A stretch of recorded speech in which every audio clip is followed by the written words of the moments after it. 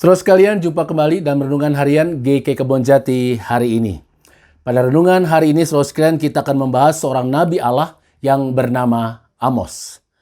Saudara sekalian, sosok Amos memang jarang menjadi pembahasan dalam khotbah atau pendalaman Alkitab, karena memang dalam masa pelayanannya tidak ada kisah epik atau yang spektakuler seperti Musa yang membelah Laut Merah, Yunus yang dapat tinggal beberapa hari dalam perut ikan, atau kisah spektakuler nabi lainnya yang tercatat dalam Alkitab. Meskipun demikian, saudara sekalian, kita tetap dapat belajar banyak dari kisah kehidupan Amos dan juga isi pemberitaannya kepada bangsa Israel yang sangat penting bagi kehidupan kita sekarang ini.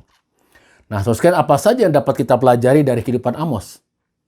Yang pertama, saudara sekalian, Amos berasal dari daerah yang bernama Tekoa, yaitu sebuah desa kecil yang dekat dengan kota Yerusalem yang jaraknya sekitar 10-12 km. Amos adalah seorang penggembala ternak dan pemungut buah arah hutan.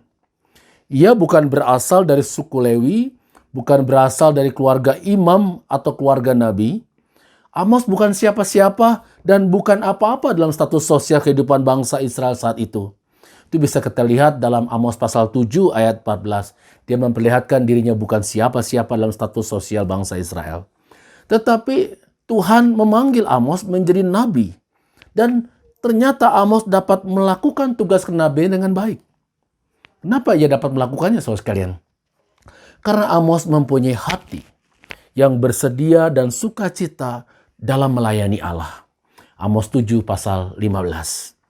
Nah, saudara sekalian, dari kisah ini kita dapat melihat bahwa Tuhan itu dapat mempercayakan panggilan pelayanan kepada siapa saja. Tidak bergantung pada garis keturunan, gelar, jabatan, status sosial, pendidikan, dan sebagainya. Setiap orang dapat melayani Allah. Dan setiap orang dapat dipakai Allah untuk melayani Allah bagi kepentingan kehidupan bersama. Asalkan dia mempunyai hati yang bersedia melayani karena mengasihi Allah dan sesamanya. Dan Tuhan saat ini juga saudara sekalian memanggil saya dan saudara untuk melayani Allah. Bukankah setiap kita adalah pemberita Injil bagi sesama kita? Bukankah setiap kita adalah terang dan garam bagi kehidupan ini, saudara sekalian? Yang kedua yang bisa kita pelajari dari kehidupan Amos ialah bahwa Amos memberitakan pentingnya kesalehan ritual atau kesalehan hidup keagamaan itu yang dibarengi dengan kesalehan sosial. Amos pasal 5 ayat 21 sampai dengan ayat 27.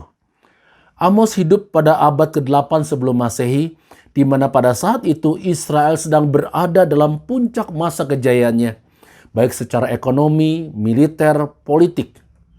Di dalam kemakmurannya, saudara Israel justru melupakan Tuhan.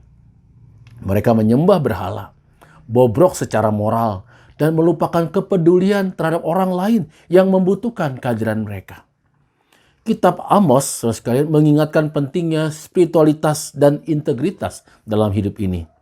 Spiritualitas adalah sebuah sikap menghidupi apa yang kita imani kepada Allah yang nampak dalam kehidupan sehari-hari.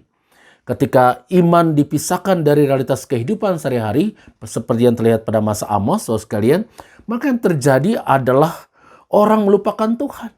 Orang kehilangan integritas dalam hidupnya. Mereka hidup dalam kesalehan palsu.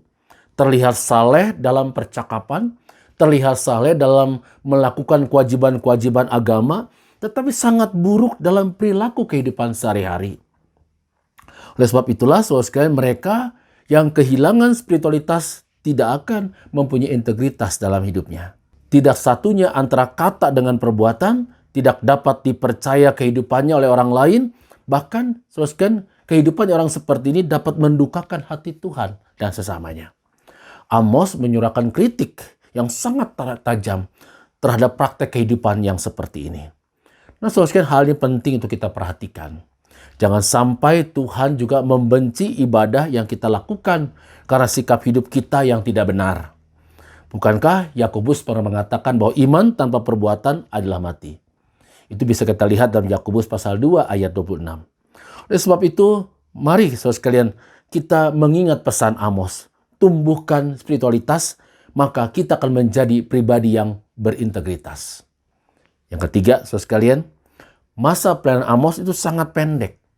hanya sekitar 5 tahun dalam pelayanan sebagai seorang nabi. Tetapi masa pelayanan yang pendek itu betul-betul dinikmati dan dilakukan dengan penuh tanggung jawab dan komitmen yang kuat oleh Amos dalam melakukannya. Amos menggunakan waktu yang ada dalam pelayanannya itu, bahkan dalam hidupnya secara umum, saudara sekalian, sebagai kesempatan untuk hidup yang bermakna dan berdampak positif bagi kehidupan bersama yang dapat memuliakan Tuhan. Oleh sebab itu, saudara sekalian, namanya dicatat sebagai satu nabi yang mempunyai pengaruh yang besar dalam kehidupan bangsa Israel. Nah, saudara sekalian, kita juga bisa belajar dari Amos mengenai hal ini. Kita juga harus menggunakan waktu kehidupan yang Tuhan berikan kepada kita sebagai kesempatan untuk berkarya dan memberikan dampak kehidupan yang positif bagi kehidupan bersama. Ada nasihat bijak yang berkata demikian, saudara sekalian. Tragedi dalam kehidupan bukanlah mati pada usia muda, tetapi hidup sampai puluhan tahun tanpa pernah menjalani kehidupan yang bermakna bagi kehidupan bersama. Oleh sebab itu, saudara sekalian, mari kita belajar dari kehidupan Amos, dan seperti Amos, kita gunakan waktu kehidupan yang Tuhan berikan kepada kita sebaik-baiknya. Karena itu adalah kesempatan yang Tuhan berikan kepada kita. Inilah waktu kehidupan yang sangat berharga dari Tuhan bagi kita. Saudara kasih Tuhan Yesus Kristus, mari kita belajar sekali lagi dari kehidupan Amos. Kita pada prinsipnya adalah pemberita Injil kasih Allah kepada semua orang pada masa kini, bagi setiap orang yang kita jumpai dalam kehidupan ini. Tuhan memberkati saudara. Amin.